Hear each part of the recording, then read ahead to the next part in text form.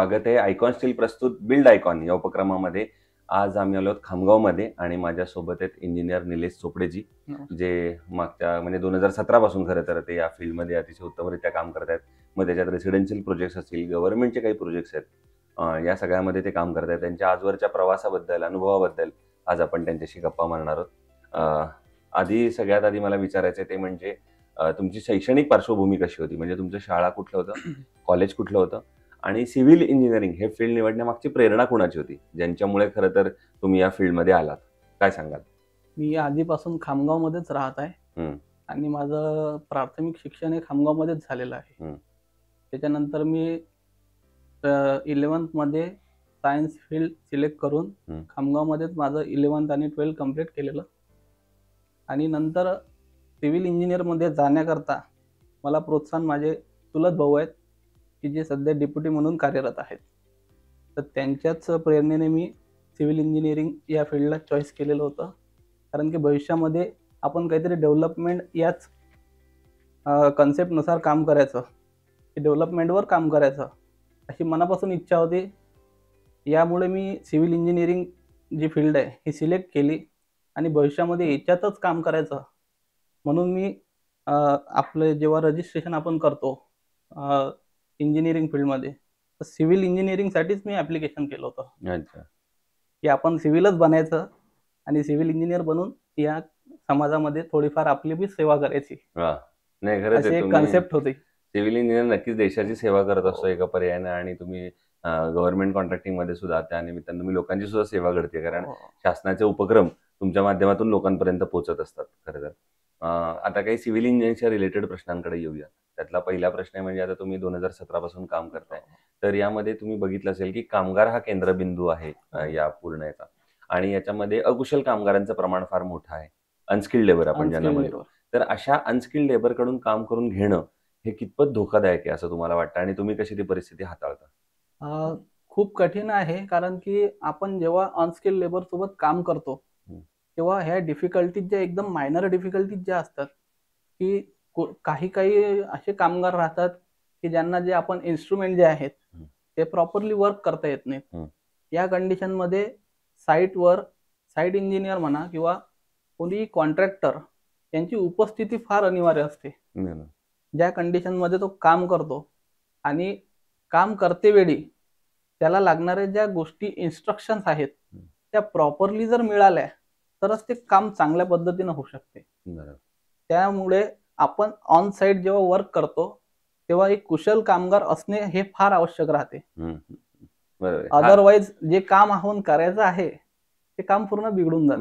बरोबर आहे. हा झाला कामगारांचा मुद्दा. मग एका बाजूला तो तंत्रज्ञानाचा मुद्दा. तर तुम्हाला आता टेक्नॉलॉजीची मदत तुमच्या रोजच्या कामात कशी होते, म्हणजे सॉफ्टवेअरच्या साईडनं पण आणि काही मशिनरीच्या साईडनं पण? मशिनरी सांगायचं जर झालं तर मशिनरीजमुळे हा टाइम रिड्यूस होऊन जातो. एक खूप मोठा एक बेनिफिट असा आहे आपल्याला मशिनरीचा की जे वर्क करण्यासाठी आपल्याला खूप वेळ लागायचा आणि तिथं माणसांची खूप आवश्यकता लागायची. एक उदाहरण झालं म्हणजे एस्कॅव्हेशन करते वेळी आपल्याला खूप वेळ लागायचा. मशिनरीज आल्यामुळे एस्कॅव्हेशन हे खूप त्वरित होते. म्हणजे जे आपलं वर्क जे आहे 4-5 दिवसाचं होतं ते रिड्यूस होऊन एका दिवसावर आलं. त्याच्यामुळे एक मशिनरीजमुळे आपण स्पीडअप झालेलो आहोत. आणि तंत्रज्ञानाची जर गोष्ट केली तर आज रोजी आपण सर्वे आहे, त्यानंतर जिओ टॅगिंग वगैरे आहे, प्लॅनिंग आहे, 3D इलिव्हेशन्स आहेत, ज्या आपण सॉफ्टवेअर यूज करतो त्या सॉफ्टवेअरमुळे आपल्याला आधीच इमॅजिनेशनमुळे ते आपण क्रिएट करून ठेवतो आणि त्या प्लॅनिंगनुसार आपण काम करते वेळी आपल्याला तिच्यात कुठल्याही परिस्थितीसोबत आपण त्याच्यात हे करू शकतो. बरोबर. तो वेळ पण वाचेल, पैसा पण वाचतो. बरोबर. पुढचाच विचारायचं, रेसिडेन्शियल मध्ये तुम्ही काम करताय तर बऱ्याचदा कस्टमरचं असं म्हणणं असतं की माझं बजेट थोडं कमी आहे आणि एवढ्याच बजेटमध्ये मला बसवून द्या. तर अशा वेळेला बजेट आणि क्वालिटी ह्या दोन्हीचा समतोल तुम्ही कसा साधता? ऍक्च्युअल मध्ये जी सर्वात आधी एक अशी गोष्ट आहे जी थिंग आहे की बेनिफिट बजेट आणि त्याचं काम चांगल्या प्रकारे झालं पाहिजे. त्याच्यामुळे आधी प्रॉपर प्लॅनिंग करून त्याचं एक्झिक्युशन करणं, याच्यामध्ये पॉइंट ऑफ सेंटर असा राहतो, सेंटर बिंदू की मार्केट सर्वे. आणि प्लस राहते ट्रान्सपोर्टेशन. जर ह्या दोन्ही गोष्टींचा समतोल साधून त्याला प्लॅनिंग करून देऊन जर काम करण्यात आले तर नक्कीच त्याचं बेनिफिशियली तो आपण त्यांना चांगला प्रोजेक्ट प्रोव्हाइड करू शकतो. बरोबर आहे. पुढचा प्रश्न असा आहे की तुम्ही स्वतः यंग पण आहात, तुम्ही मूळचे खामगावचे पण आहात आणि इंजिनियर पण आहात. अशा तिन्ही अँगल मधनं तो प्रश्न आहे. पूर्ण बुलढाणा जिल्ह्याच्या विकासाचं विजन असं जर आपण एक डोळ्यासमोर आणलं तर पुढच्या 10-15 वर्षात जर बुलढाणा जिल्ह्याला एक प्रगत जिल्हा न्यायचा असेल, पुढे न्यायचं असेल, तर तुम्हाला काय वाटतं सर्वांगीण विकासासाठी बुलढाण्याच्या एक इंजिनियर म्हणून कुठल्या क्षेत्रांवर काम करणं आता गरजेचं आहे असं तुम्हाला वाटतं? सर्वात आधी सांगण्यात जर आलं तर असं वाटतं की एक इरिगेशन स्कीम जे आहेत बुलढाण्यामध्ये जे चालू इरिगेशन स्कीम आहे यांना स्पीडअप करण्याची गरज आहे. कारण की मार्केटमध्ये जेव्हा आपला जे बुलढाणा जिल्हा आहे हा डिपेंड्स करतो ऍग्रिकल्चर झोनवर आणि ऍग्रिकल्चर झोनच्या डेव्हलपमेंटसाठी इरिगेशन खूप महत्वाचं आहे.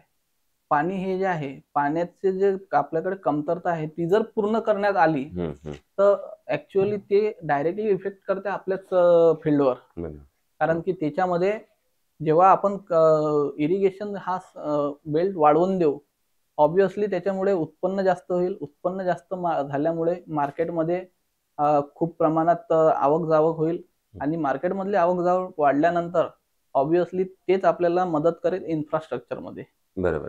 पण अशा वेळेला शासन कसं मदत करू शकते किंवा शासनाकडून काय अपेक्षा आहेत हे तुमचं? शासनाकडून नवीन नवीन उपक्रम जे आहेत एक जे आहे ते इरिगेशन पर्पज साठी वाढवण्यात यावे. प्लस एक ट्रान्सपोर्टेशन हा खूप मोठा महत्वाचा मुद्दा राहतो आपल्या फील्ड डेव्हलप करण्यासाठी की जे आपल्याला रॉ मटेरियल जे आहे ते अवेलेबल होण्यात यावं. त्याच्याकरिता ट्रान्सपोर्टेशन सुद्धा रोड विकास त्यानंतर इरिगेशन स्कीम्स याच्यामध्ये थोडीशी डेव्हलप होऊन चांगले प्रोजेक्ट आपल्याकडे बिल्ड व्हावे अशी इच्छा आहे. बरोबर.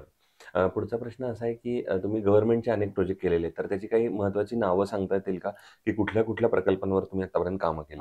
मी आधी सुरुवात केलेली होती जिगाव प्रकल्पामध्ये. जिगाव प्रकल्पामध्ये जे लिफ्ट स्कीमचे जे कामं राहतात जिथून पाणी लिफ्ट करण्यात येईल तिथं मी त्यांचे जे ऍडमिनिस्ट्रेटिव्ह बिल्डिंग आहेत त्याच्यानंतर पंप हाऊसच्या जे बिल्डिंग आहेत त्याचं मी आधी काम सुरू केलं.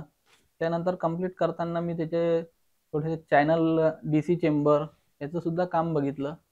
तर या फील्डमध्ये काम करून असा एक अनुभव वाटते की ते डेव्हलप करण्यात येईल. बरोबर आहे. पुढचा प्रश्न असा आहे की या क्षेत्रामध्ये आता जी ज्युनियर इंजिनियर्स आहेत जे पहिलं पाऊल ठेवतात या क्षेत्रामध्ये तुमचे ज्युनियर्स आहेत तर त्यांना एक सिनियर म्हणून काय सल्ला द्याल मित्रत्वाच्या नात्याने? एक प्रॉपर ऑन साईट काम करणे आवश्यक राहते. ऑफिसमध्ये बसून काम होत नाही. बरोबर. तर थोडं मेहनत करावी आणि थोडं पुढे येऊन काम करावं. बरोबर. दुसरं कन्स्ट्रक्शन मध्ये स्टील हा अतिशय महत्वाचा घटक आहे. तर स्टील निवडताना तुम्ही काय पॅरामीटर्स बघता आणि ठरवता की हे स्टील चांगलं आहे आपण वापरलं पाहिजे कन्स्ट्रक्शन? स्टील मध्ये ऍक्च्युअल मध्ये पाहताना एक तर आपण त्याचे ग्रेड चेक करतो. ग्रेड नंतर आपण त्याची स्ट्रेंथ कॅपेबिलिटी वर्केबिलिटी ह्या गोष्टी थोडंसं चेकआउट करून नंतर आपण त्याला सिलेक्ट करतो. बरं. आयकॉन स्टील यापूर्वी कुठल्या प्रकल्पांवर वापरलंय का तुम्ही? हो, मी आयकॉन स्टील माझ्या रेसिडेन्शियल बिल्डिंग मध्ये 4-5 प्रोजेक्टवर वापरलेला आहे. ओके. आणि कसा होता अनुभव त्यांचं प्रॉडक्ट आणि सर्व्हिस दोन्ही म्हणून? प्रॉडक्ट बद्दल जर विचारलं तर प्रॉडक्ट मध्ये जे लेबर आहेत ते लेबरचं असं म्हणणं आहे की बस आयकॉनचं स्टील जे आहे त्याची स्ट्रेंथ भरपूर आहे. कटिंग मध्ये काही प्रॉब्लेम येत नाही आणि जेव्हा आपण त्याला बेंटअप करतो त्यावेळेस सुद्धा ते जास्त हार्ड जात नाही. बरोबर. हो. तर हे होते इंजिनियर निलेश चोपडेजी आणि मी मगाशी म्हटलं तसं मागच्या 6-7 वर्षांपासून खरं तर त्यांनी या फील्डमध्ये कामाला सुरुवात केलेली आहे. सो भविष्यात सुद्धा असेच उत्तम आयकॉनिक प्रोजेक्ट तुमच्या हातून घडावेत याच आयकॉन स्टीलकडून मनपूर्वक शुभेच्छा. धन्यवाद. थँक्यू.